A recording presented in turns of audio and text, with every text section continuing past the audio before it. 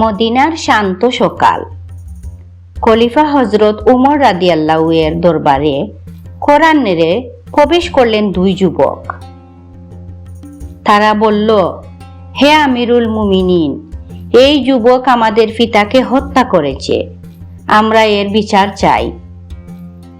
তারা দোষী যুবককে টেনে হিঁচড়ে খলিফার সামনে নিয়ে এলো। খলিফা উমর রাদিয়াল্লাহু শান্ত কণ্ঠে জিজ্ঞাসা করলেন, তোমার বিরুদ্ধে অভিযোগটি কি সত্য?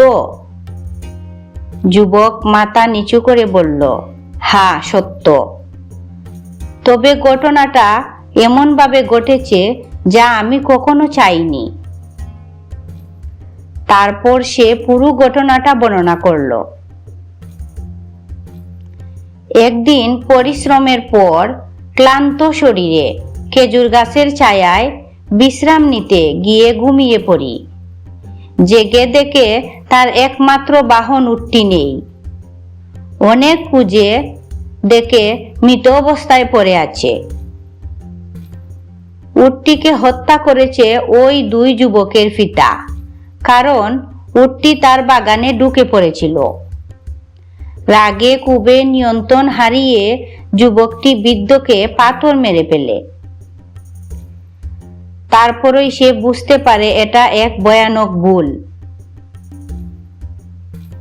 খলিফা উমর রাদিয়াল্লাহু গভীরভাবে চিন্তা করে বললেন, উট হত্যার বদলে তুমি একটা উট দাবি করতে পারতে, কিন্তু তুমি একজন মানুষকে হত্যা করেছো। হত্যার বদলে হত্যা, এই হচ্ছে শরীয়তের আইন। তারপর জিজ্ঞাসা করলেন, তোমার শেষ কোনো ইচ্ছা আছে কি? যুবক বলল, আমার কাছে কিছু ঋণ ও আমানত আছে, যদি অনুমতি দেন আমি সেগুলো পরিশোধ করে এসে আত্মসমর্পণ করব। খলিফা বললেন, তোমাকে এভাবে একা যেতে দিতে পারি না। যদি কেউ তোমার জামিন নেয় তাহলে সময় দিতে পারি। যুবক অসহায়ভাবে বলল, এখানে আমার কোনো আত্মীয় বা পরিচিত কেউ নেই। সবাই নীরবতা। হঠাৎ এক কণ্ঠ ভেসে এলো, আমি হব তার জামিনদার। সকলের দৃষ্টি পড়ল সেই ব্যক্তির দিকে। তিনি ছিলেন মহান সাহাবী হযরত আবু যর গিফারী রাদিয়াল্লাহু। সবাই হতবাক, একজন অপরিচিত খুনির জামিনদার কেন হলেন তিনি? খলিফা বললেন, ঠিক আছে, আগামী শুক্রবার জুম্মার আগে যদি এই যুবক না ফেরে তবে তার বদলে আবু যর রাদিয়াল্লাহু এর মৃত্যুদণ্ড কার্যকর হবে। সবা থমথমে। যুবক মুক্তি পেল এবং দ্রুত নিজের বাড়ির দিকে রওনা দিল। আবু যর রাদিয়াল্লাহু শান্ত মনে বললেন, ইনশাআল্লাহ সে ফিরবে। সময় কেটে গেল। দিন ঘুরে এলো শুক্রবার, কিন্তু দোষী যুবকের কোনো খবর নেই। খলিফা উমর রাদিয়াল্লাহু পত্র পাঠালেন আবু যর রাদিয়াল্লাহু এর কাছে, আজ জুমার পর যদি যুবক না আসে তবে আপনাকে মৃত্যুদণ্ড দেয়া হবে। মদিনার বাতাস ভারী হয়ে উঠল। মানুষের চোখে জল। সবাই ভাবছে, এক নিষ্পাপ সাহাবী আজ বিনা দোষে মৃত্যুর মুখে পড়বেন। জুমার নামাজ শেষ। মসজিদে নববীর সামনে জনসমুদ্র।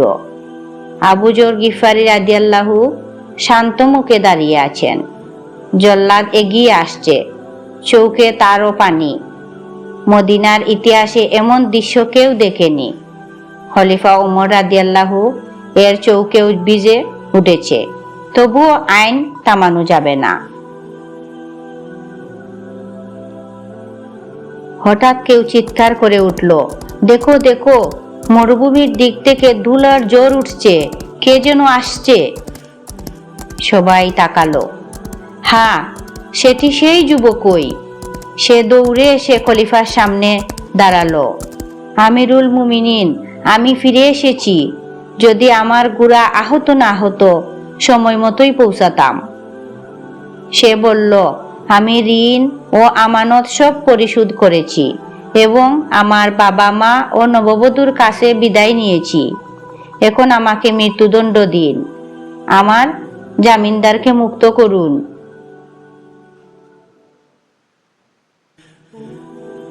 ওমর রাদিয়াল্লাহু বিস্ময়ে বললেন, তুমি জানো তোমাকে হত্যা করা হবে, তারপরও কেন ফিরে এলে?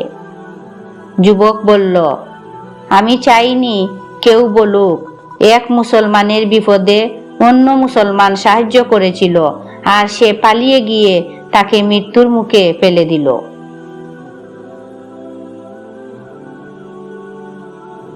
খলিফা জিজ্ঞাসা করলেন, তুমি কেন না চেনা একজনের জামিনদার হলে?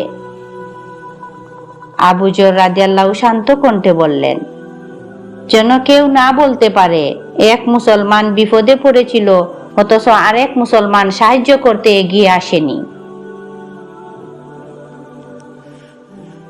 এই কথাগুলো শুনে বৃদ্ধের দুই পুত্রের মধ্যে একজন বলে উঠল, হে খলিফা, আমরা আমাদের অভিযোগ প্রত্যাহার করছি, তাতে ক্ষমা করে দিন। খলিফা জিজ্ঞাসা করলেন, তোমরা কেন ক্ষমা করলে? তারা বলল, যেন কেউ না বলে একজন মুসলমান নিজের ভুল স্বীকার করেও ক্ষমা পেল না। মসজিদে নববীর আঙ্গিনা তখন কান্না আর আল্লাহু আকবারে মুখরিত। ওমর রাদিয়াল্লাহু আবেগে বললেন, এই হলো প্রকৃত ইসলাম, ন্যায়, দয়া ও আমানতের ধর্ম। এই তিন ব্যক্তি, যুবক আবু যর রাদিয়াল্লাহু ও নিহত বৃদ্ধের সন্তানরা, ইতিহাসে রেখে গেলেন এমন এক দৃষ্টান্ত যেখানে ন্যায় বিচার ও মানবতার আলো আজও দীপ্ত হয়ে জ্বলছে। প্রিয় দর্শক, আমার এই সাহাবীর ঘটনা উপস্থাপন করাতে কোনো ভুল ত্রুটি হলে ক্ষমার দৃষ্টিতে দেখবেন এবং এই ঘটনাটি শুনে আপনাদের কার মনে কি অনুভূতি হলো এবং কে কোন জায়গা থেকে দেখছেন কমেন্টে লিখে যাবেন। প্রিয় দর্শক, এই রকম আরো ইসলামিক ইতিহাস, নবীদের কাহিনী, সাহাবাদের ঘটনা, কোরআন ভিত্তিক ইতিহাস জানতে চ্যানেলটি সাবস্ক্রাইব করে রাখবেন এবং নোটিফিকেশনটি অন করে রাখবেন, যাতে পরবর্তী ভিডিও আপলোড করার সাথে সাথে আপনার কাছে পৌঁছে যায়। ভালো থাকবেন। আল্লাহ হাফিজ। আসসালামু আলাইকুম।